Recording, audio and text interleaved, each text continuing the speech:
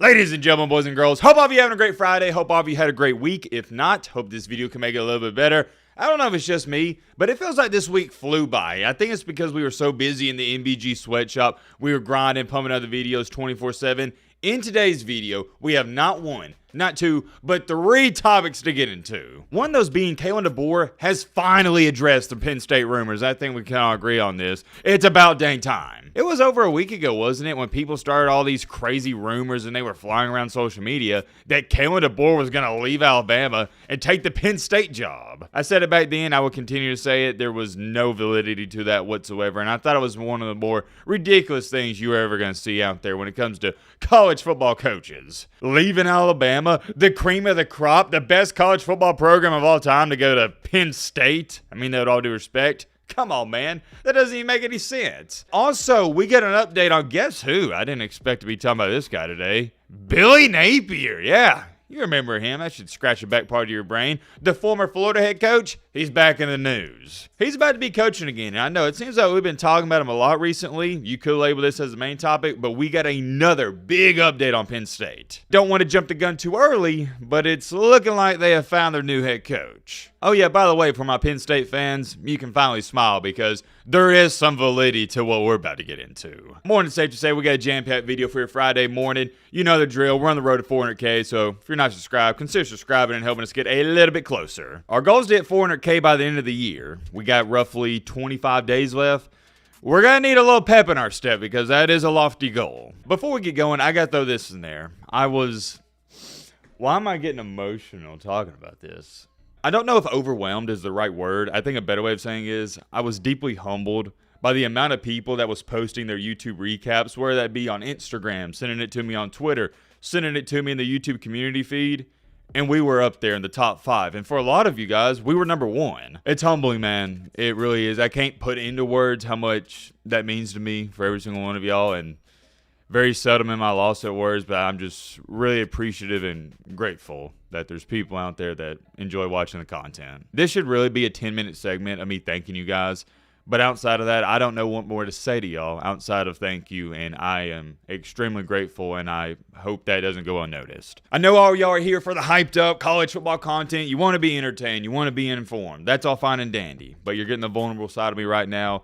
I want everyone to know that's been posting these recaps to our community tab or on Instagram, sending it to me on Twitter and all that stuff, how much it means to me. Thank you, and thank you. I'd love to talk about that some more, but we got to get to the football stuff. All right, first things first. Are we starting with Billy Boy? No. Let's start with Kalen DeBoer. Let's get this out of the way. I don't want to sit up here and talk about this too long, but for those of you who don't know, there was a lot of hoopla going on heading into the Iron Bowl. And remember, Kalen DeBoer's coming off the Oklahoma loss. So everyone's speculating that, oh, well, maybe he's not too happy in Tuscaloosa, Alabama. There were some reports coming out that his family, they can't take the heat. They can't take the pressure. Then you had all these Randeezy, that's what I'm calling them, these Randeezy Penn State reporters coming out with this rumor that he was going to leave Alabama. Yes, Alabama to go to Penn State.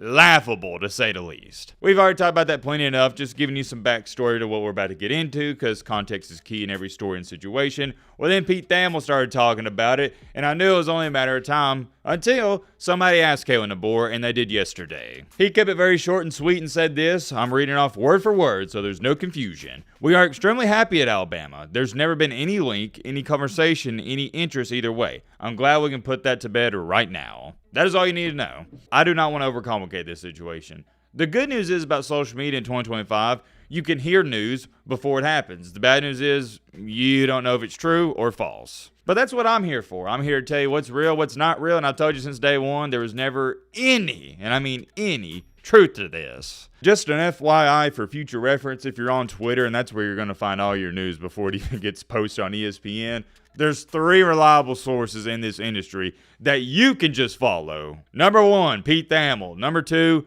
Chris Lowe. Number 2, Brett McMurphy. That's all you need. Until you see those 3 guys tweeting about it, I'd be very, very, very, and I mean very cautious. Shout out to all 3 of those guys. They didn't ask me to shout them out in this video or anything like that. If you're wondering why I did it, it's because they're good at their job and I respect them. Let's keep it pushing. Moving along here, topic number 2. Billy Napier. Yes, the former Florida head coach. He's back in the game. Let me share the breaking news that came out yesterday. Billy Napier is finalizing a 5-year deal to become the next head coach at James Madison. Sources told, guess who? We just talked about him, Pete Thamel. A formal announcement is expected on Saturday. If I had to grade this hire on a scale 1 to 10, I want to give it a 9.5, and that is the highest grade I've given out. I was about to say in this offseason, but in this whole coaching carousel going on. This is as close to a match made in heaven you're going to see. It's for reasons I've stated years and years ago when he was coaching at Florida when he first got there. Don't even act like I'm just randomly jumping on this hype train. Been stating it for years. Billy Napier will never be a good SEC coach. It's nothing personal at all. He's just not cut out for the SEC. He's not cut out for that type of competition, and most people aren't, so there's nothing wrong with that. However, you know what he is cut out for? A JMU, James Madison, schools like that. I think he can easily lead his team to 9, 10-win seasons like it's nothing. He'll be a good head coach there. The only thing that I don't like about him is his laid-back personality. It's just too laid back. I would say even a Kalen DeBoer, he's a little too bit laid back for my liking, but this year we've seen him. He's lost his mind a couple of times, and that's what I like to see in my head coach. I like to see some fight, and I think it fires up the players. And it's a little bit different if you're winning games, you're going 11-1, and you're laid back. Obviously, it's working. At Florida, the big dilemma and problem was you're acting like everything's kosher, everything's A-okay, and you're 3-9, 4-8, 5-7 every single year. Like, dude, you need to be blowing up on somebody. I don't even care if you pick out a random player on every single play and scream at them for no reason. Somebody needs to get yelled at. It just sends a message to the rest of the team that you're not going to put up with this. I don't even want to say it, but you get the point. You don't want to put up with this mediocre play. That's me sugarcoating it. I was about to go crazy for a second. Long story short, just way too nice of a guy. And you can be a nice guy and be an a-hole at the same time when you're coaching. I think Nick Saban, prime example. Nick Saban is a great guy off the field, but when he puts on that headset, or when he did put on that headset, he was a straight up a-hole. Everybody forgets how much of an a-hole Nick Saban really was, just due to the last couple of years at Alabama. He was trying to enjoy it, and he wasn't screaming as much. Why wasn't he screaming as much? Because he didn't have any energy left. But when he was at Alabama in 2008, 9, 10, 11, 12, and early on at LSU, oh man, that guy was a lunatic. It was a dictatorship over there. Them players were scared of him. Let me ask you a question. Do you think the Florida players were scared of Billy Napier? Heck to the no. There's nothing to be scared about. And when players aren't scared of you, they don't fear you. When players don't fear you, they don't respect you. And that's not a good recipe for success. Going back to him finalizing this deal with JMU, I think it's great because there's no pressure there. He can do things his way there, and I don't think there's going to be too much of a problem. He'll be successful. I'd be shocked if it didn't work out. Moving along here, though, to the main topic of the main encore, the main reason you probably clicked onto this video. What's going on with the Nittany Lions? I know, right? Seems like we say that every single day. But we have been getting constant updates on them, and here's the new biggest one. You know how Penn State whiffed on the BYU's head coach, Kalani Sitake? They got outbid by Crumble Cookie. I still can't believe the Crumble Cookie CEO went band for band with Penn State and won. What a time to be alive. But anyways, after Crumble Cookie CEO put his nuts on their heads, the boosters and alumni are like, well, crap. What are we going to do now? There's no good head coaches available. Well, they have since shifted their focus to, guess who? Iowa State's head coach, Matt Campbell. Am I really a fan of this? Not really. Just kind of like a meh thing to me. Yeah, that's how I feel. Maybe I should change my tone on that, though, because who else are you going to go after? Nobody's available. You're going to have to get somebody that's probably not your pick of the litter, but you don't have a choice. Beggars can't be choosers. And the problem Penn State faces is you need to hurry up and hire somebody. It is a disaster over there. This program's already done for next year. I think they're done for the next 2 or 3 years. Guys, do you understand? We talked about this yesterday. Out of 136 FBS teams, do you know what they finished in recruiting yesterday? 136. Yeah, Timothy and Bobby, you heard that correctly. Dead last. But not only are they dead last in the FBS, they're behind FCS teams. It's embarrassing. Words don't do it any justice. You got teams like West Georgia, Sam Houston State, McNeese. I mean that with all due respect. out recruiting you? Townsend. I thought that was a person.